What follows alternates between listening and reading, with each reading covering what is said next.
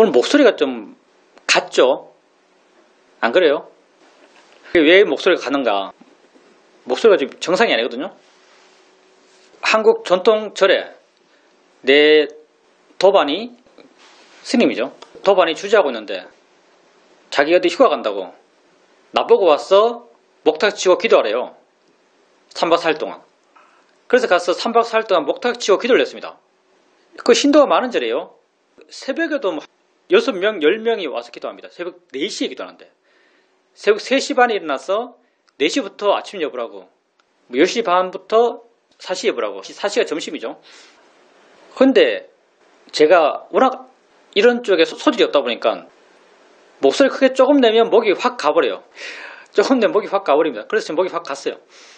근데 그렇게 한국절에 있으면서 목탁 치면서 관세음보살 찾고 지장보살 찾고 화엄경 약창기하고 신중기도 하고 하면서 느낀 게 뭐냐, 이게 불교인가 이런 느낌. 정말 이게 불교인가 라는 느낌이 들었습니다. 지금 내가 믿고 내가 이해하고 내가 실천하는 불교랑 너무나 다르다. 이름만 같이 불교라는 이름을 쓰고 있지 내가 이해하고 내가 믿고 내가 실천하고 있는 이 불교랑 정말 너무 많이 다르구나 이런 생각이 들었습니다.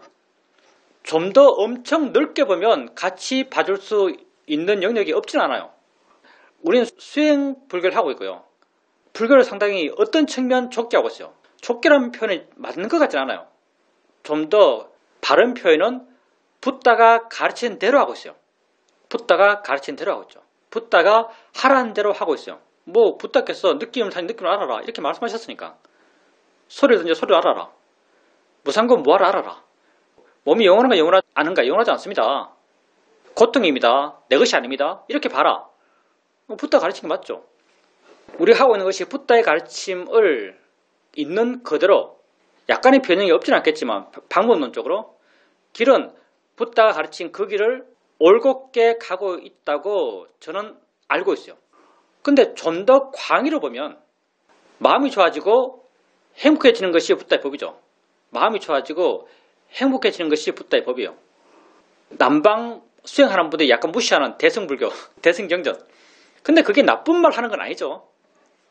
딴 사람에 비해서 기도하는 것, 아들 잘 되라고 하는 것, 욕심이 없지는 않겠지만 아들이 꼭 나는 아니죠. 자비관 하는 것, 정글하는 것, 그러니까 관세음보살 정글하는 것, 이런 걸 우리가 그냥 무시하죠. 우리 입장에서는. 근데 부처님께서 카필라 갔을 때 부처님의 사촌인 마하나마가 이런 말을 해요. 붓다여, 내가 욕심과 화가 많이 줄었고, 구체적으로 어떻게 표현했죠? 사다함인데 설명이 그래요.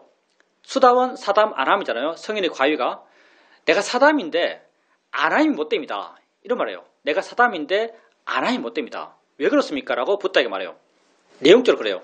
설명은 사실적 설명을 하지만 내용적으로는 이 말이에요. 내가 사담인데 사담은 되는데 왜 안함이 못 됩니까? 그러니까 붓다께서 이렇게 말하죠. 선정력이 약해서 그렇다.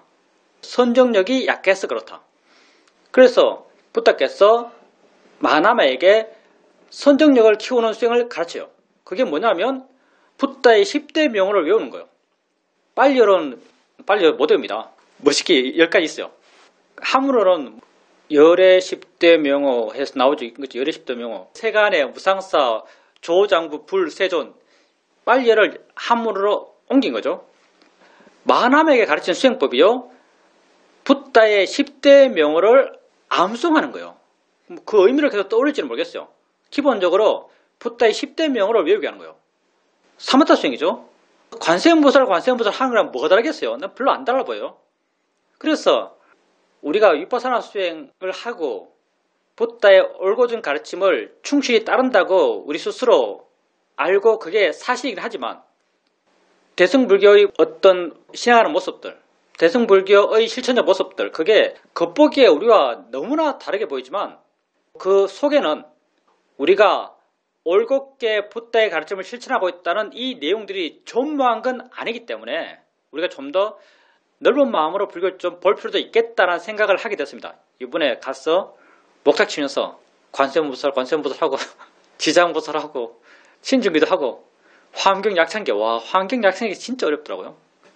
그러면서 처음에는 그분들이 하고 있는 모습들이 너무나 생소하고 거리감 있게 느껴졌는데 나중에는 그 속에도 다 행복해지기 위해서 마음이 좋아지기 위한 그런 실천들, 그런 것들이 다 있다라고 느껴졌고 좀 넓게 봐야겠다라는 생각을 하게 됐습니다.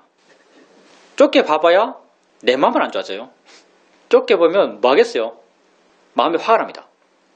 부처의 가르침은 다양한 방편이 있지만 그 방편들의 속 의미는요, 하나같이 내가 좋아지는 길입니다.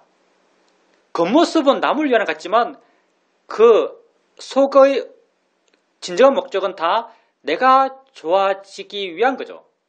예를 들어서 남 잘되라고 하는 가장 유명한 방법, 자비관이죠. 내 앞사람이 행복해지기를, 내 옆사람이 행복해지기를, 우리 마을 사람들이 행복해지기를, 이 지구에 있는 모든 중생들이 행복해지기를, 이 우주에 있는 모든 생명체가 행복해지기를, 이렇게 자비관을 보내요. 내가 미워하는 사람이 있어요. 미워하는 사람에게 저 사람이 잘 되기를, 저 사람이 고통받지 않기를, 저 사람이 모든 위험에서 벗어나기를, 이렇게 자비관을 보내요. 내가 지금 자비관을 보내고 있잖아요. 그러면 내가 그를 위해 자비관을 보내는 것 같이 보여요. 근데 내가 이렇게 자비관을 보내면 그가 좋아질까요? 내가 좋아질까요? 그가 좋아질까요? 내가 좋아질까요? 내가 좋아집니다. 그가 좋아지는 게 아니에요. 내가 아무리 자비관 보내봐야 그의 마음에서 행복감이 생길 리가 없죠, 사실은요. 겉모습은 그가 행복해지기를 하면서 그에게 자비관을 보내는 같이 느껴지지만 실제로 좋아지는 것은 내가 좋아지는 거죠. 불교에서 말하고 있는 모든 방편이 사실은 내용적으로 이래요. 겉으로는 남을 위하고 세상을 위하는 것처럼 보이지만 속 알맹이는 다 나를 위한 방법들이죠. 그래서 불교에서 하고 있는, 실천되고 있는 그 많은 방편들, 그걸 너무 우리 같은 사람이라는 것은요, 바른 부다의 가르침을 실천하고 있는 사람들이 그것을 너무 터부시할 필요는 없는 것 같아요. 너무 비판적인 시각으로 볼 필요는 없는 것 같아요. 그 사람들이 겉으로 드러나는 신행의 모습은 그러하지만 속 알맹이는 다 자기 마음 좋아지기 위해서 하는 거다. 결과적으로 그걸 통해서 각자의 마음이 좋아질 것이다. 이렇게 생각할 수 있어요. 그래서 넓은 의미로 수용하고 부드러운 눈으로 볼 수 있습니다. 부드러운 눈으로 보는 것. 그것 또한 내게 도움됩니다. 그런 분들을 부드럽게 본다 해서 그분들이 좋아지는 거 없어요. 그분들을 부드럽게 보면 내 마음이 부드러운 거예요. 내 마음이 부드러울 때 그분들을 부드럽게 볼 수 있는 거죠. 하여튼 이번에 가서 목탁치고 기도하면서 많은 생각을 하게 됐습니다. 여러분 지금 내 사진 보고 있나요? 내 화면 보고 있어요? 얼굴이 잘생긴 것 같잖아요. 평소보다 얼굴이 잘생겨 보이지 않나요? 이거 왜 이럴까요? 이거 왜냐하면요, 이게 설정에 들어가면 보정이 있거든. 보정, 얼굴 보정, 화면 보정, 조명 보정, 그걸 100% 다 올렸어요. 100% 다 올려서 지금 내 얼굴이 진짜 얼굴이 아닙니다. 내 얼굴이 진짜 얼굴이 아니고 보정된 얼굴이에요. 그래서 좋아 보이죠. 왜 이런 걸 하는가? 보정된 얼굴이 내 얼굴이 아니에요. 근데 나는 이렇게 내 얼굴을 보정시키려면 이걸 남들이 그렇게 봐주기 때문에 내 얼굴인 양 자신감이 생겨요. 내 얼굴인 양 자신감이 생깁니다. 나는 아닌 줄 아는데 남들이 그렇게 봐주면 자기인 양 자신감이 생겨요. 화장 같은 것도 마찬가지겠죠. 사회적인 활동들, 봉사들, 명성 이런 거 다 그럴 겁니다. 남들이 그렇게 봐주면 자기도 그런 양 자신감이 생겨나요. 근데 나는 나를 알죠. 이건 물론 얼굴이 문제지만 실제로는 마음이 문제죠. 난 나를 알아요. 자기의 그런 옳고 그름, 거짓과 진실 이런 것은 스스로에게 속일 수가 없습니다. 그래서 우리가 스스로에게 진실되게 되어야 되고요. 스스로에게 진실되기 위해서는 자기를 바르게 알아야죠. 하여튼 그렇게 얼굴을 보정하니까 화면이 확 달라 보여요. 깜짝 놀랐습니다. 자, 우리는 수행하는 수행자입니다. 수행하는 수행자. 수행자가 단순해요. 수행자는 자기를 보는 사람이에요. 자기를 아는 사람입니다. 수행을 하면 할수록 자기를 안다는 게 어떤 의미인지, 어떤 가치를 갖는지 그것에 대해서 느끼지 않을 수가 없어요. 내가 미얀마에서 수행하면서 이런 느낌을 언제 가졌냐면 한 번은 샤워하면서 시오민 가서 제가 미얀마와 스리랑카에 한 7년 살았지만 시오민 가기 전에 나의 수행은 아무 의미가 없진 않지만 바른 붓다의 수행에서 아무 의미가 없었어요. 시오민 가서 떼다니 사도를 만나고 거기서 수행하면서 내 모든 불교의 바른 이해들이 생겨났죠. 시오민 가서 얼마 안 됐을 때 수행하려고 노력했고요. 사이들 말을 따르려고 노력했고 이해하려고 노력했고 그걸 실천하려고 계속 노력했어요. 한우는 샤워장에 가서 샤워를 하고 있는데 물을 이렇게 맞으면서 내게 느껴진 느낌들을 알고 있었어요. 그때 안다는 게 그때는 아주 환희롭게 느껴졌어요. 그렇게 알고 있다는 게 아주 환희롭게 느껴졌어요. 근데 이 환희롭게 느끼는 이 마음이 진짜였던 게 어떤 다음 마음이 따라왔냐면요. 이렇게 자기를 알지 못하는 사람들이 참 안 됐다라는 생각이 들었어요. 생각이 아니라 정말 불쌍한 사람이라고 내가 느껴졌어요. 이것도 인터뷰 때 사이도가 말했죠. 사이도한테 그때 그렇게 느꼈습니다 말하니까 사이도가 자기를 알지 못한 사람은 정말 불쌍한 사람이다 이렇게 말씀해 주셨어요. 자기를 아는 것은 곧 자유로움입니다. 자기를 모르면 그냥 끌려 살아가요. 내 마음이 끌고 가는 대로 끌려 살아갑니다. 근데 자기를 알면 알아채면 그러죠. 자기를 알면 자유로워요. 왜? 자기를 알면 이미 자기와 알고 있는 나는 분리되거든요. 자기와 알고 있는 나는 떨어져요. 자기가 자기에게 객관적이 돼요. 자기란 말 쓰지만 무슨 말인지 이해할 겁니다. 자기가 자기 자신에게 객관적이 돼요. 그러면 당연히 자기의 어떤 말, 행동, 화, 욕심 그런 것에 대해서 받는 영향이 제한적이에요. 영향이 제한적이면 반응도 제한적이에요. 반응이 제한적이면 마음의 고요함이 생겨나요.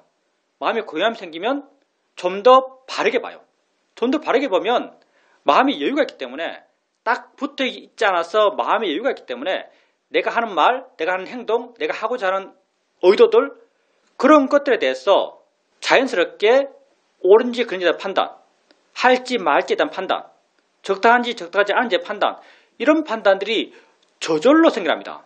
사유해서 생기는 게 아니에요.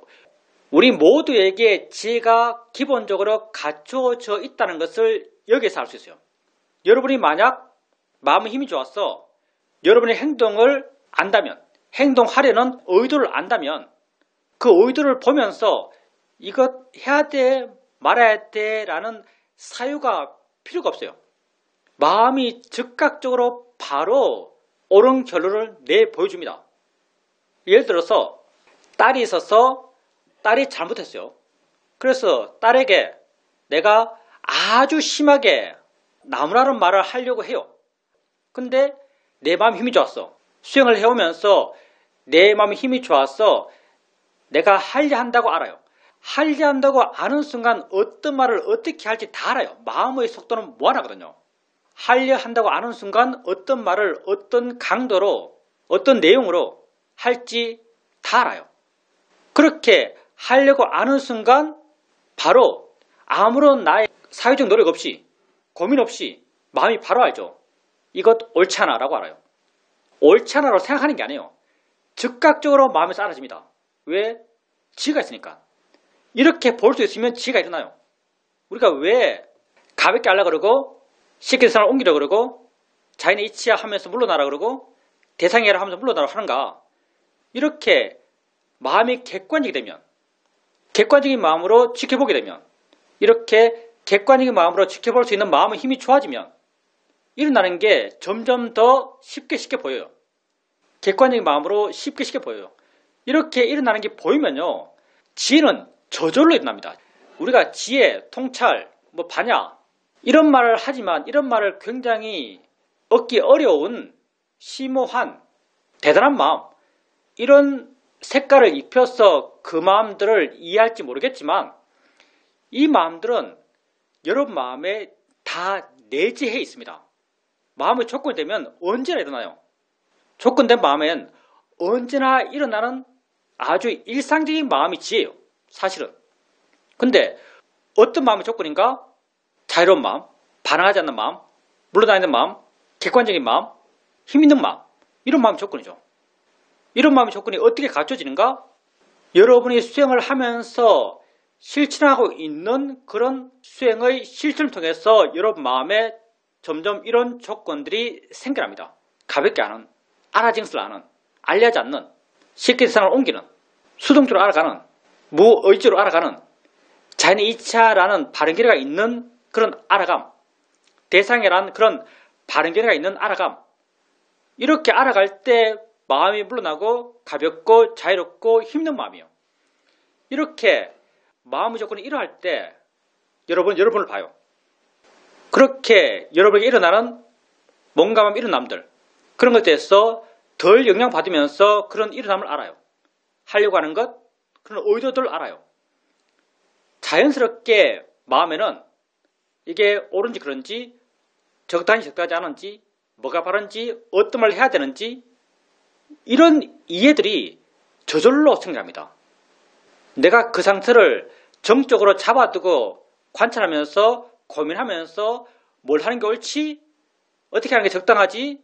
무슨 말을 해야 되면 바른 거지? 이런 고민들을 필요로 하지 않아요.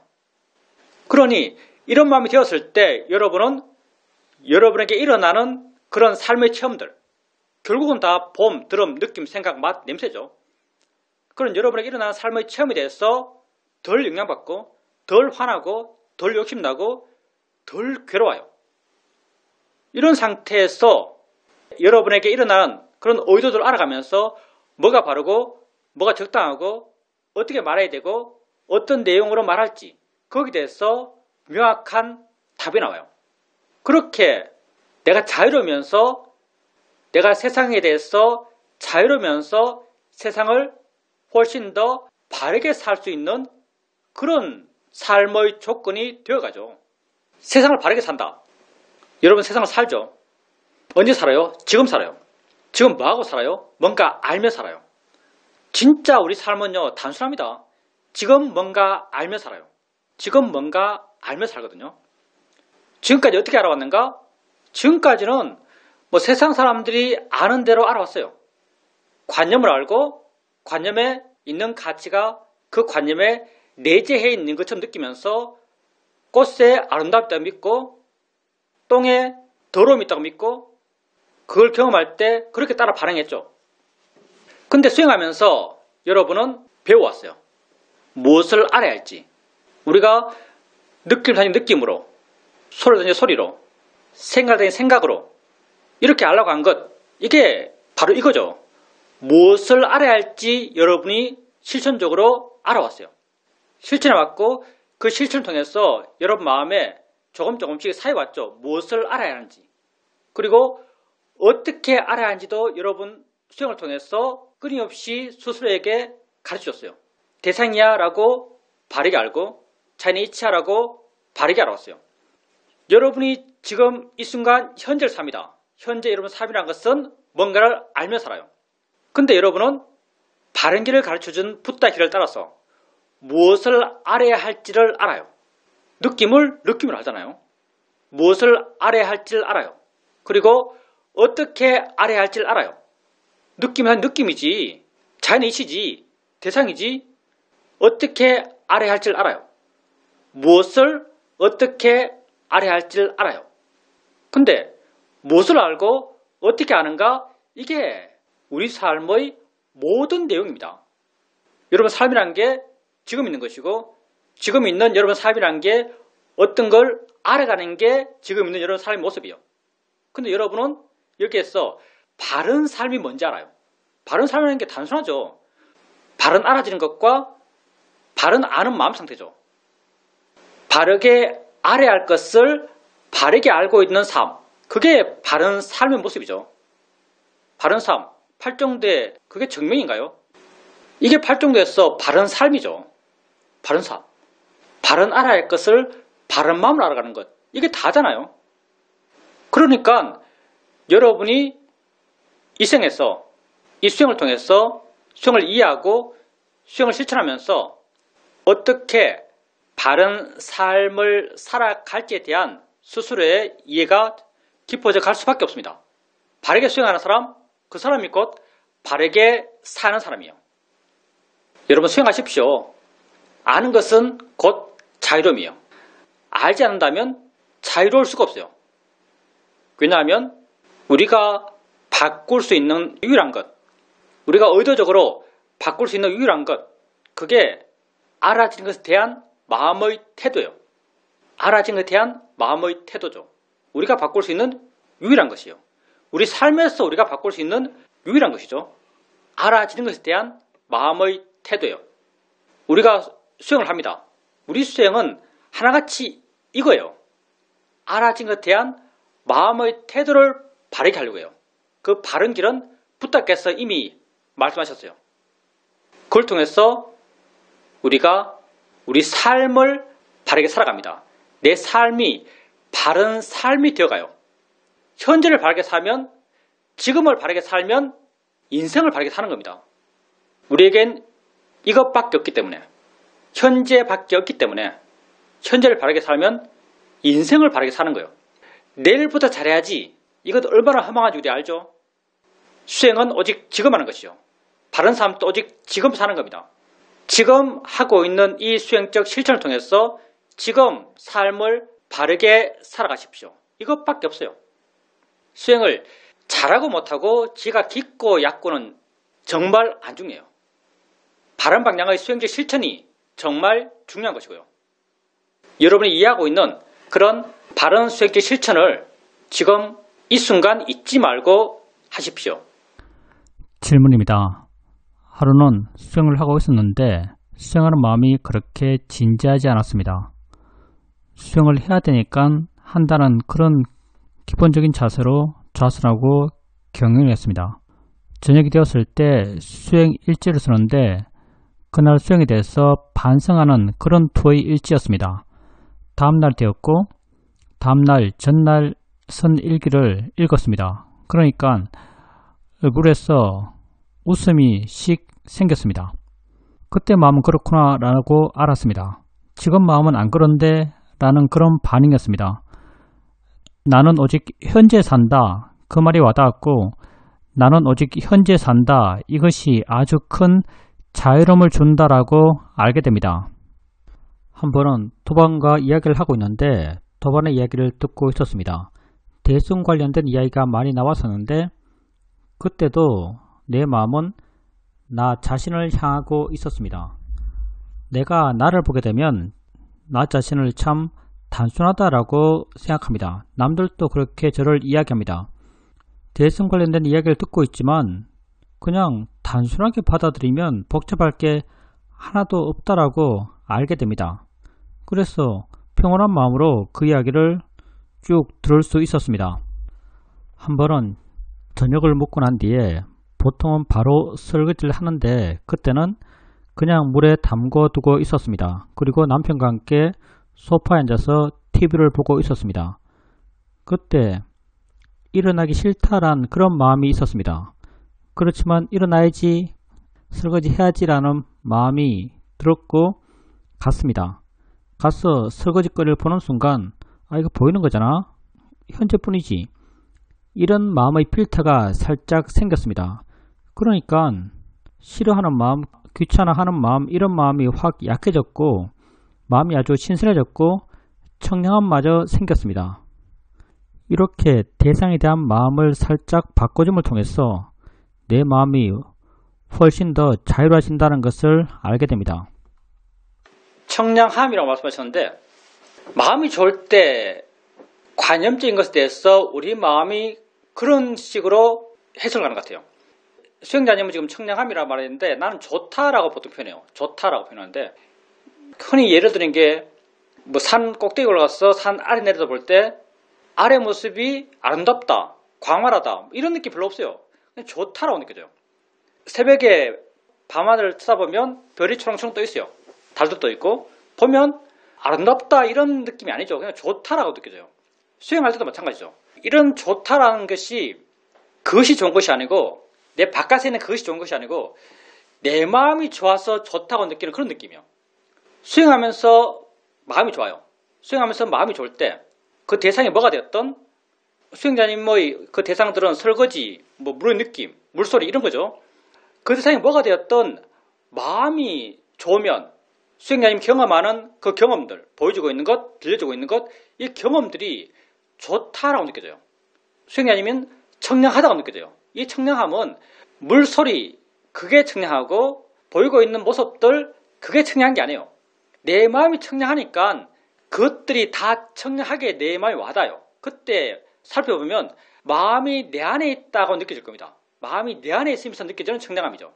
따라서 마음이 좋으면 다 좋아요. 꽃을 볼 때 우리는 흔히들 내 밖으로 나가는 마음, 대상에 머무는 마음의 입장에서는 꽃을 보게 되면 아름다워 이렇게 표현할 거예요. 그때 그렇게 느끼니까 그렇게 표현해요. 아름다워 이렇게 표현해요. 근데 내 마음이 좋은 상태로 꽃을 볼 때 아름다워라는 표현이 안 나올 거예요. 물론 그렇게 표현할 수도 있겠죠. 근데 좀 더 내 마음 상태를 객관적으로 있는 그대로 표현하는 말은 좋다라는 느낌일 겁니다. 청량함도 슬슬님 말이겠죠. 좋다라고 느껴요. 내 마음이 좋을 때 그렇게 느끼는 거죠. 수행자님께서 그렇게 마음이 좋으니까 그게 설거지가 되었던, 그게 뭐 물이 내 손에 와닿는 느낌이 되었던, 그게 물소리가 되었던, 그건 무관하죠. 어차피 다 보이고 들리고 느끼고 생각하고 맛보고 냄새 맡는 것이니까. 그때 수행자님은 설거지 하면서도 청량하게 느껴요. 왜? 마음이 좋으니까. 그리고 수행을 하고 있는데 수행적 열정이 안 생겨요. 관심도 없어요. 해야 되니까 해요. 해왔으니까 해요. 해왔으니까 하고 있어요. 하고 싶은 마음도 약해요. 수행하는 마음이 항상 에너지 넘치고 관심 넘치고 지혜 충만할 수가 없죠. 이렇게 좀 다운된 마음으로 수행할 때도 분명히 있습니다. 그러면 이때 다운된 마음 상태에서 수행할 때 어떻게 하는 게 가장 효과적인가 하면요. 원래 했던 스케줄을 계속 지키는 게 가장 효과적입니다. 특별한 거 뭐 할 거 없어요. 원래 해왔던 스케줄을 계속 지키는 게 가장 효과적이에요. 특별하게 뭘 하려고 하는 게 오히려 방해될 거예요, 아마. 내 경험상 그래요. 수행해 나가다 보면 어떨 때는 마음의 힘이 뚝 떨어져서 정말 수행이 안 된다고 느껴지고 에너지가 안 느껴지고 이럴 때가 분명히 있습니다. 근데 그때도 했던 대로 수행을 계속했을 때 그게 가장 그 상태에서 좋은 상태로 변할 수 있는 가장 효과적인 방법이었어요. 그래서 설령 그렇다더라도 그냥 계속 그렇게 하는 것, 그게 수행자님에게도 아마 가장 좋은 해결책일 겁니다. 물론 다음날 다시 마음이 굉장히 좋아지셨지만, 그리고 도반과 이야기할 때 뭐 도반이 이런저런 이야기를 하죠. 뭐 복잡한 이야기가 될지 모르겠어요. 대승불교 이야기했다면 복잡할지도 모르겠어요. 근데 수행자님은 그 이야기가 내용적으로 얼마나 복잡하든 아주 단순하게 느껴져요. 어떻게 단순하게 느껴지는가? 그것 또한 마음이 대상에 가지 않았기 때문이죠. 대상에 가지 않으면 가치벽이 약해져요. 가치벽이 약해지면 있는 그대로에 머물 수 있어요. 사실 있는 그대로는요. 그냥 뭔가 든다는 것이고요. 뭔가 본다는 것이요. 들음, 봄, 그건 언제나 똑같아요. 우리가 기초수행 법문에서 뭐 손의 느낌, 엉덩이 느낌, 팔의 느낌, 이게 관념적으로는 다르지만 실제는 다 똑같다. 우리가 어떤 이름을 가진 느낌을 느끼든 실제 내가 체험하는 느낌은 똑같다 이렇게 말해요. 실제 몰면은 엉덩이다, 손이다, 어깨다, 여기에 마음이 동요하지 않습니다. 여기에 마음이 자극받잖아요. 이렇게 실제 몰면 아주 단순해져요. 소리 들을 때 우리가 바람소리, 새소리, 차소리, 차다라고 차에 마음이 가 있고 바람에 마음이 가 있고 사람의 마음이 가 있으면 그 소리에 마음이 반응하죠. 마음이 반응하면 복잡해져요. 근데 실제의 마음이 머물면 소리에 마음이 머물 수 있다면 아주 단순해집니다. 왜냐하면 실제 소리거든요. 우리가 약간 도마적으로 이렇게 해야 되라는 당위성에 입각해서 소리에 머물러야 돼. 어떤 소리 듣든 소리에 머물러. 어떤 느낌을 느끼든 느낌에 머물러. 이렇게 강요적으로 주어지는 게 아니에요. 이건 진실이 그러하니까 그렇게 보라는 거죠. 진실이 그러하니까. 여러분이 차 소리 들을 때 정말 차 소리를 듣는가 소리를 듣는가? 여러분은 소리를 들어요. 귀에 온 건 뭐겠어요? 귀에 온 건 뭐 과학적으로 하면 진동이에요. 어떤 진동이 왔겠죠. 진동이 소리인가요? 진동이 차인가요? 진동이 부르릉이에요. 부르릉, 차, 다 나의 해석이죠. 나 실제 체험은 그냥 진동 같은 거예요. 차 소리 진동, 바람 소리 진동. 뭐가 다르죠? 봄, 어떤 보이는 것, 벽, 나무, 풀 보여주고 있어요. 마음이 벽에 가고 나무에 가고 풀에 가고 강에 가고 바다에 가면 마음이 반응하겠죠. 왜? 나무에 대한 가치를 갖고 있고 바다에 대한 가치를 갖고 있고 강에 대한 가치를 갖고 있어요. 가치를 가지면 관념에 마음이 가 있으면 가치 따라서 마음이 반응해요. 그러면 복잡해지죠. 내용이 펼쳐지고 가치가 진실이 되면 복잡해져요. 근데 내 실제 경험, 벽도 그냥 보이는 것이고요. 눈에 온 건 보이는 거잖아요. 눈에 온 게 뭐 벽인가요? 색깔 있나요? 나무도 보이는 거예요. 뭐 나무가 내 눈에 들어오나요? 똑같아요. 바다도 보이는 거예요. 뭐 바다 물이 내 눈에 들어오겠어요? 다 내 눈에 온 것이죠. 내 눈에 온 것은 모양도 색깔도 위치도 아무것도 없어요. 다 똑같아요. 모든 보이는 건 똑같아요. 실제 경험은 똑같죠. 실제 모든 보이는 것은 그냥 보이는 것인 게 사실이기 때문에 이렇게 보라고 하죠.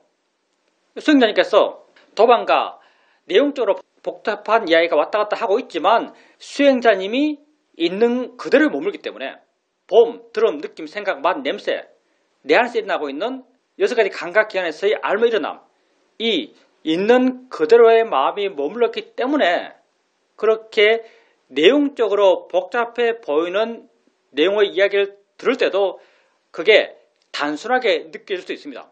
우리 삶은 원래 단순해요. 내용으로 펼치고 의미가 보이되니까 복잡해지는 거죠.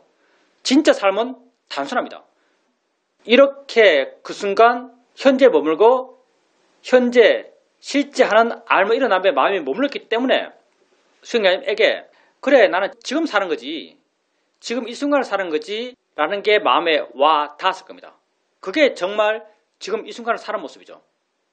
그렇게 지금 이 순간을 산다라고 알고 단순해졌다면 말의 내용, 펼쳐지는 그런 관념적 내용에 마음이 동요하지 않았을 거예요. 마음이 자유로웠을 거예요. 다음에도 그런 대화할 때 그렇게 하십시오. 그게 정말 바르게 대화하는 겁니다. 질문입니다. 저번에 스님께 인터뷰를 드리면서 요즘은 법문을 좀 적게 듣는다. 법문을 며칠 동안 안 듣고 있다. 이런 말씀을 드린 적이 있습니다. 그런데 또 시간이 지나다 보니까 꼭 그럴 필요가 있나라는 생각이 듭니다. 내가 많은 도움을 받았고 앞으로도 도움이 될 것 같다는 생각이 들었고 굳이 법문을 듣지 않을 필요는 없다라는 생각이 들었습니다. 그래서 아침에 수행하면서 흘러가는 것을 그냥 이렇게 쳐다보듯이 지켜보고 있고 그리고 스트레칭을 하면서 법문을 듣고 있었습니다. 법문이 과거의 법문이었는데 그때 내가 지혜가 났을 때 마음이 얼마나 좋았고 그때 어떤 이해가 있었고 이런 것을 인터뷰하고 있었습니다. 근데 과거의 그 좋았던 마음을 지금 떠올려 보면 그 마음이 어딨나 라고 보면 그 마음은 없습니다. 정말 마음이란 게 지금 현재뿐이구나. 오직 현재 있는 것이구나. 과거에 있었던 그런 좋은 마음도 지금은 이제 없는 것이구나 라는 것을 한번 또 분명히 알게 되었습니다. 저번 인터뷰에서 식사할 때의 자연스러운 알아차림과 안마할 때의 그 알아차림을 이야기하면서 스님께서 두 가지 경우가 똑같은지 한번 관찰해봐라 이런 말씀을 하셨습니다. 내가 그 상황들을 돌이켜보니까 안마할 때 내 수행의 상태가 훨씬 더 인위적이고 나의 개입이 심하다라고 알게 되었습니다. 대상이 강하니까 마음도 훨씬 더 강하게 반응했던 것 같습니다. 일반적으로 대상이 큰 의미가 없으면 자연스럽게 있다고 알아지고 큰 개입 없이 부드럽게 전반적인 진행이 이어져 갑니다. 그렇지만 대상이 강하면 내가 개입하고 약간 억지가 들어가고 그런 노력이 들어가면서 자연스러움은 더 약해진 것 같습니다. 저녁에 스트레칭을 하게 되는데 스트레칭을 할 때 팔을 쭉 뻗고 무릎 꿇은 상태에서 이렇게 몸을 풀고 있으면 가끔 잠이 들어버립니다. 잠이 들고 한참이 지나서 깨게 되는데, 깨게 되면 다리에 피가 안 통해서 아주 심하게 저립니다. 잘 걸을 수도 없습니다. 그러면 한참의 시간을 기다려야 합니다. 그때 이 저림의 상태를 바라볼 때 수영하는 마음이 좋으면 이 저림의 상태를 그냥 약간은 포기한 마음 상태, 받아들이는, 당연한 걸로 생각하는 그런 상태로 약간 거리감 있게 지켜보게 됩니다. 그렇지만 여전히 저린 것은 저린 것이고 잘 걸을 수 없습니다. 왜 이걸 저린 걸로 알지? 왜 걸을 수 없지? 이런 생각이 들면서 내가 이걸 느낌으로 완전히 이해하지 못하는구나. 느낌으로 완전히 이해하지 못하니까 저린다는 그런 관념적 해석이 있고 몸이 부자연스럽고 이렇게 되는 것이구나 라고 알게 됩니다. 그래서 좀 더 진지하게 있는 것을 있는 그대로 알아야겠다라는 생각을 하게 됩니다. 요가 하다가, 이건 나의 추측이지만 그 자세에서 잠이 들다는 것은 사실은 굉장히 피곤한 것이거든요. 안 피곤하면 그렇게 잠들 것 같지가 않아요. 그래서 우선 나의 약간 오바스러운 지적인지 모르겠지만 너무 피곤하게 사시는 게 아닌가 하는 생각을 잠깐 하게 됩니다. 그리고 절여요. 절인데 수행자님께서 그 절인 상태를 경험하면서 그 느낌으로 보지 못했다 이렇게 말씀하세요. 그러면 느낌으로 보면 어떻게 될까 했을 때 잘 모르겠지만 수행자님께서 느낌으로 보면 절인 게 없어야 된다고 생각하시는지 모르겠어요. 느낌으로 보는 것과 절임이 없는 것은 다른 문제고요. 절여지는 것은 피가 안 통해서 약간 물리적인 문제가 있는 거죠. 피가 안 통해서 그런 현상이 있났겠죠. 그러니까 절인 현상, 그건 피할 수가 없는 거고요. 조건 되니까, 물질적으로 조건이 되니까 그게 생겼어요. 절이었을 때 절인 느낌이 생기는 것, 그 절인 느낌. 절인 느낌이라고 이미 내가 규정 지은 순간 내 마음은 화가 맞습니다. 사실은요. 절인 느낌이 규정 지은 순간 내 마음은 화가 맞아요. 그리고 내 마음에 화가 있기 때문에 보는 마음이 잘못되었다라고 말한다면 그것 또한 완전히 틀린 말은 아니죠. 근데 우리에게 한계란 게 있습니다. 삶의 내용에 대해서 완전히 자유로울 수가 없어요. 그래서 내가 그 자세에서 이전에 절이다고 표현했던 그런 느낌을 느끼고 있는데 절이다라는 표현이 안 나올 정도로 단지 느낌으로 알 수 있는 그런 상태가 되어야겠다. 그런 상태가 되어야 하는데라는 그런 경각심이라면 이건 약간 오버스럽지 않나 생각해요. 물론 그렇게 되면 정말 좋겠어요. 근데 그렇게 돼야지라는 가치로 접근하는 것은 옳지 않다고 생각하고요. 내가 생각하기에 수행자님의 그때 상태, 자세가 오래되었고 피가 잘 안 통해서 절인 현상이 나타나요. 절인 현상이 나타나면서 그걸 절임이 있다라고 해석하세요. 해석하시고 그렇게 절임이 있지만 뭔가 그걸 바라보고 있는 마음은 굉장히 자유로워요. 바라보고 있는 마음은 구경하듯이 그걸 보고 있어요. 거기에 대해서 영향받지 않아요. 그냥 뻔히 쳐다보고 있는, 그냥 그걸 인정해주고 그냥 아무 영향받지 않는 그런 마음으로 구경하듯이 보고 있어요. 난 이 정도면 이렇게 되어가고자 하는 것, 그걸로 충분하다고 생각해요. 우리가 보통 대상이야라고 이해한 마음이 이런 상태가 되는 거죠. 절인 느낌, 그걸 대상이야? 나랑 상관없어? 그냥 알아진 것일 뿐이야? 이런 이해가 있을 때 그게 설령 절인 느낌이라 하더라도 그 절인 느낌에 대해서 마음은 물러나서 덜 영향받는 상태예요. 이렇게 되고자 하는 것이 내 생각에는 이렇게 되고자 하는 것, 이렇게 절인 느낌을 바라보는 마음을 바르게 해나가고자 하는 것, 이게 수행적으로 바른 어떤 실천적 방향인 것 같고요. 이런 방향이 좀 더 완전해지면은 절인 느낌으로 알지 않고 단지 느낌으로 알 수 있는 그런 마음이 될 거예요. 왜냐하면 이런 방향이 완전해진다는 것은 화가 없다는 말이고, 화가 없으면 그걸 절이다고 표현하지 않거든요. 그냥 알아진 느낌을 알아줘요. 근데 절인 느낌을 단지 느낌을 알아야지 라고 어떤 카트라인을 정하면은 이건 정말 아주 드물게 되는 케이스예요. 정말 마음이 좋을 때, 정말 지가 기쁠 때 가끔 한 번씩 할 수 있는 체험이에요.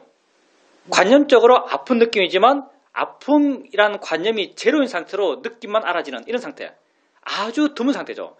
드문 상태를 목표로 정하고 수행하면, 같은 날 정하고 수행하면 불만족한 사람입니다.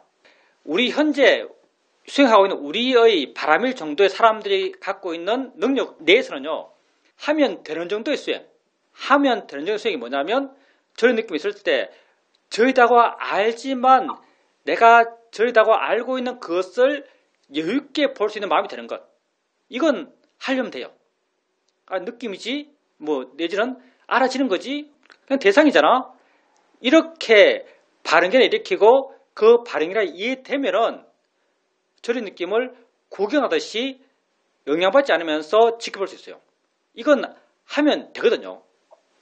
이렇게 하면 되는 것을 카트라인에 삼고 이런 방향을 갖고 그렇게 해나가고, 이게 완전해지면요, 화가 없어져요. 화가 없어지면 저림이 없어지는 거죠. 그래서 하면 되는 것의 수행의 방향을 잡고 있어야죠. 1000번에서 한 번 되는 방법을 갖고 이렇게 해야지, 꼭 그렇게 해야 돼라는 그런 경각심을 갖고 1000번 해서 한 번 되는 방법을 시도하면요, 그 수행이 굉장히 괴로울 겁니다. 되는 수행을 하시라, 이런 말씀 드리고 싶고요. 그리고 그걸로 충분하다라고 말씀드리고 싶습니다. 그리고 법문 듣는 것, 맞아요. 법문은 시험의 수행을 열심히 하는 분들이 사실은 법문을 너무 열심히 들어서 가끔은 그런 반대되는 이야기도 필요하기 때문에 내가 반대되는 이야기를 좀 과장해서 말했을 뿐입니다. 수행은 다 각자의 처지가 있고요, 각자의 마음의 성향이 다 달라요. 자기에게 도움되면 해야겠죠. 근데 그 법문을 많이 듣는 것의 부정적 측면을 많이 강조해서 그 말씀을 드렸던 것이고요.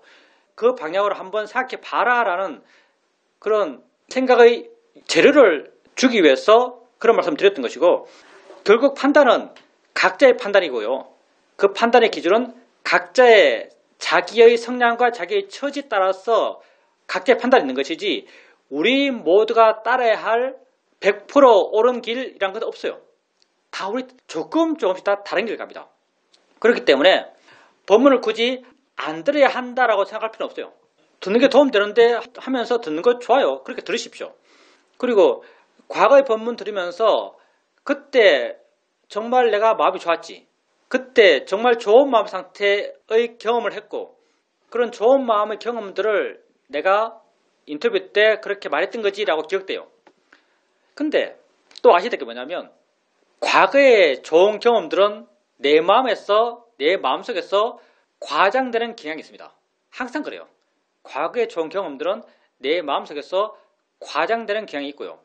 수행자님이 지금 과거보다 얼마나 더 마음이 좋아졌는가 보면요, 내 생각이지만 과거에 그때 마음이 아주 좋았을 거예요. 어떤 지혜가 났을 거고, 지혜를 통해서 마음이 아주 확 바뀌었을 거고, 그 바뀐 마음이 아주 충격적이었을 거고, 너무나 충격적이어서 마음에 큰 자극이 됐고 명료한 기억으로 남았어요. 그렇게 해서 인터뷰 때 했던 경험을 이야기하셨겠죠. 그리고 한참 시간이 지났어요. 한참 시간이 지나서 수행자님이 수행하시다가 요즘 또 수행하시다가 어떤 이해가 생길 겁니다. 근데 요즘 어떤 이해가 생기고 그 일을 통해서 마음이 또 변해요. 또 변하는데 요즘 생기는 이해, 요즘 생기고 있는 마음의 변화, 좋은 방향의 마음의 변화죠. 지혜로 인한 변화죠. 요즘 생기고 있는 마음의 변화에 대해서 수행자님이 얼마나 깊이, 얼마나 감동하면서 그 경험들을 하고 있는가, 그 경험이 얼마나 수행자님 마음에 강한 자극을 남기고 있는가 보면은 이전에 비해서 훨씬 옅은 자국을 남기고 있을 거라고 내가 생각합니다. 훨씬 옅은 자국을 남기고 있을 거예요. 다시 말하면 옛날에는 왜 그렇게 강한 자극을 남겼는가? 지혜가 아주 특별했기 때문에, 좋은 마음이 아주 특별했기 때문에 그런 강한 자극을 남겨요. 그럼 지금은 왜 옅은 자극을 남기는가? 지혜가 별로 옛날만큼 특별하지 않기 때문에, 좋은 마음이 옛날만큼 특별하지 않기 때문에 남기는 자국이 옛날만큼 선명하잖아요. 그러면 결론이 뭔가? 옛날보다 훨씬 더 지혜가 익숙하고요. 옛날보다 훨씬 더 좋은 마음이 익숙해요. 옛날에는 좋은 마음이 워낙 멀리 있는 거니까 굉장히 신기했죠. 근데 지금은 좋은 마음이 항상 가까이 있고요. 자주 체험되고요. 별로 대수롭지 않아요. 그래서 수행자님에게 그런 좋은 마음들이 크게 기억되지 않을 겁니다. 옛날에는 워낙 없던 게 생겼다고 표현될 만큼 특별한 경험이었죠. 근데 지금 그 경험이 똑같이 수행자님이 생기더라도 그게 그렇게 특별한 경험으로 수행자님에게 인정되지 않을 거예요. 그만큼 사실은 수행자의 마음이 옛날보다 훨씬 더 많이 좋아진 겁니다. 나는 이전보다 실제 수행자의 마음이 훨씬 더 많이 좋아졌을 거로 생각해요. 이전에는 그런 경험들이 워낙 드물 때 생긴 경험이기 때문에 아주 특별하게 느끼지 않았을까 생각합니다. 수행을 하면 할수록 좋은 수행의 경험이 대수롭지가 않아요. 옛날에 시험을 수행할 때 지혜가 하나 나면 그 지혜를 꽉 잡고 인터뷰 때 이거 서먹여야지 하면서 꽉 잡고 분석하고 이렇게 하면서 인터뷰했어요. 근데 시험이 말년되니까 지혜가 나고 이거 인터뷰하지 생각하고 지혜 내용을 분석하고 다시 수행하고 자성 끝나고 일어나면 아까 무슨 지혜가 생긴지 까먹어요. 까먹어버리 없어요. 인터뷰가 되게 중요한데 인터뷰 해야 되는데 지혜를 까먹어요. 왜? 지혜가 별것 아니거든요. 정말 마음은 거기에 부여하는 가치가 확 줄어든 거예요. 나는 인터뷰 해야겠는데 하고 잡고 있는데 마음은 그에 대한 가치를 확 줄여요. 왜? 대수롭지 않으니까. 지혜가 대수롭지 않으니까. 우리가 수행해가면서 점점 많은 지혜를 경험합니다. 점점 지혜가 대수롭지 않아져 가요. 근데 옛날에 지혜가 대수로울 때 그런 지혜의 경험이 너무나 강력해서 지금도 잡고 있어요. 와, 그때 정말 마음이 좋았어. 근데 실제로는 안 그렇습니다. 지금 마음이 훨씬 좋아요. 지혜를 대수롭지 않게 생각하는 이 마음이 훨씬 좋은 마음입니다. 그리고 식사할 때와 지압할 때 달랐죠. 수행자님 개입이 더 강해요. 근데 왜 개입이 강한가라고 한다면 사실은 내 판단에는 지압할 때의 느낌이 더 강력했기 때문이에요. 대상이 더 강했기 때문이죠. 대상이 강한 것은요, 다른 게 아니에요. 내 가치부에 강한 거예요. 대상은 그냥 느낌이거든요. 원래는 그냥 느낌이에요. 근데 내 가치가 강하기 때문에 대상이 강한 겁니다. 내 가치가 강하니까 그것에 대항하고 있는, 그걸 바르게 보려고 하는 내 수행적 노력도 강해질 수밖에 없어요. 그래서 식사할 때 그런 자연스러운 수행과 지압할 때 약간은 억지스러운 수행이 전혀 다른 수행의 형태가 되는 거죠. 이것도 사실은 어느 정도까지는 어쩔 수가 없어요. 우리의 지혜가 정말 깊어진다면 이것도 같아질 수 있겠죠. 질문입니다. 스님께서 말씀하셨던 마음의 일을 시켜라, 이게 저에게 마치 화두처럼 느껴지고 일상의 삶에서 그 말을 실천하려고 합니다. 예를 든다면 가위질을 할 때 가위가 닿는 손가락에 멍 같은 게 생깁니다. 제 나이가 있다 보니까 보통 이런 경우에 몸에 문제가 있나? 뭐 나빠지는 거 없어? 이렇게 걱정하는 마음이 생깁니다. 그렇지만 수행에서 배웠듯이 이렇게 생기네? 신기하네? 왜 이렇지? 이렇게 관심 갖는 마음으로 보려고 합니다. 이렇게 관심 갖는 마음으로 보게 되면 정말 관심이 생기면서 걱정하는 마음이 훨씬 더 약해집니다. 그러니까 일상의 삶에서 고민되고 힘든 것이 훨씬 더 부드럽게 지나갈 수 있습니다. 그리고 자연스러운 수행, 모아적 수행, 있음을 알아가는 것, 이렇게 수행을 해 나가다 보면 내 애심이 약해지는데 그러다가도 이거 수행하는 거 맞나? 라는 생각이 들기도 합니다. 이런 생각이 들 때 아는가? 라는 질문을 통해서 수행하는 마음을 내게로 돌리면서 수행을 해 나가고 있습니다. 마음의 일을 시켜라. 이건 사실은 내가 한 말이 아니고요. 우리 사이도가 자주 하는 말입니다. 마음의 일을 시켜라. 우리가 마음의 일을 시킨다 했을 때 생각해보면 좀 뭐 할지 모르겠지만 알아침 하는 것, 이건 마음이 하는 거예요. 알아침 하려 하는 순간 마음의 일을 시키는 거죠. 자연의 이치야, 바른게를 일으키는 것. 바른게를 일으키면 또 마음이 변해요. 이것 또한 마음의 일을 시키는 거죠. 알아침하고 바른게를 일으키고 모두 다 마음의 일을 시키는 겁니다. 수행이라는 게 마음이 하는 거죠. 마음의 일을 시키라는 게 수행해라라는 말과 똑같은 말이에요. 그래서 수행자님께서 가위질 하면서 가위가 닿는 손가락, 새끼손가락에 멍이 들어요. 그걸 보면서 이렇게 될 수도 있네, 이런 마음을 가지세요. 이런 마음을 갖는 것, 엄밀히 말해서 수행적으로 마음의 일을 시키는 것은 아니죠, 사실은요. 근데 부정적인 마음을 방어하는 건 맞아요. 수행을 광의를 보면 나쁜 마음을 안 갖고 좋은 마음을 갖는 게 이게 수행이죠. 나쁜 마음이 안 생기게 하는 것, 이것도 수행이라고 할 수 있습니다. 광의로서. 그러면 나쁜 마음은 뭔가? 뭐 내가 피가 부족한가? 뭐 이런 거 있잖아요. 뭐 면역성이 떨어졌나? 이런 거요. 우리 마음이란 건 이런 방향으로 생각하면요, 그 생각에 대해 알게 모르게 믿음이 생겨나요. 내가 면역성이 떨어졌나? 그러면 그런 것 같은데 라는 동의가 마음에 생겨나요. 그러면서 그것 때문에 생겼다고 유추할 수 있는 다른 어떤 내 삶에서의 경험들 막 갖고 와서 불안감을 더 증폭시켜요. 근데 이렇게 부정적인 마음을 살아가는 것, 이걸 방어하는 거죠. 일종의 이렇게 될 수 있네? 신기하네? 이렇게 봄을 통해서 이렇게 부정적인 마음이 생기는 걸 방어하는 거예요. 이게 광의로 보면 수행이다라고 말할 수 있습니다. 부정적인 마음, 번뇌의 마음을 일어나지 않게 하는 그런 노력이라 할 수 있으니까요. 제한적으로 좋아요. 그렇지만 좀 더 바람직한 것, 좀 더 바람직한 것은 뭐죠? 사실 느낌으로 알아야 돼요. 느낌. 아니면 수행 그 자체는 약간 좁은 방향을 보여주고 있으니까요. 그게 멍든 게 보이잖아요. 그러면 아직 보이는 거잖아. 이렇게 하는 거예요. 보이는 거잖아. 현실성이 있는지 모르겠습니다. 보이는 거잖아 라고 하는 것. 가위가 닿으면 느낌이지라고 하는 것. 보이고 느끼는 것, 이거거든 사실요. 그때 수행님이 하고 있는 경험은요, 보이고 느끼는 거예요. 그리고 마음에서 이것도 왜 이렇지? 몸에 문제가 있나? 라고 생각해요. 생각이 생기는 거죠. 그러면 그 생각을 생각이잖아는 그 바른 견해 속에서는 이건 믿을 게 아니야 라는 게 포함되어 있어요. 생각일 뿐이잖아. 이렇게 알아가는 것. 이렇게 나의 경험을 인정하고 그걸 단지 경험 그 자체로 바르게 보려고 하는 것. 이게 우리 엄격한 수행자 입장이고요. 그렇게 본다면 수행적으로는 더 바람직한 것이고요. 근데 멍든 것에 대해서 수행자님께서 먼 것 자체의 의미를 부여하니까요. 먼 것 자체의 의미를 부여한다면 그걸 어떻게 해야 될 것인가? 수행자님의 쓰신 방법도 나름 효과적일 수 있겠습니다. 괴로움을 줄이는 것, 번뇌를 덜 일어나게 하는 것에 나름 효과적일 수도 있겠어요. 이렇게 될 수도 있네? 이렇게 보는 것. 근데 그게 엄격한 수행의 입장과 좀 다르다고 생각되고요. 그리고 우리가 뭐 무아의 길, 모양 없는 길, 길 없는 길, 길 없는 길 누가 최인원가 그분이 소설 이름이죠. 길 없는 길, 사실 다 같은 말이에요. 사실 다 같은 말이거든요. 도 아닌 도 이런 거죠. 이게 말했지만 내가 주로 들어가는 길, 내가 주로 들어가는 그런 마음으로 가는 거예요. 내 노력, 나의 갭이 약해지는 그런 마음으로 가는 길이죠. 이 길 없는 길은.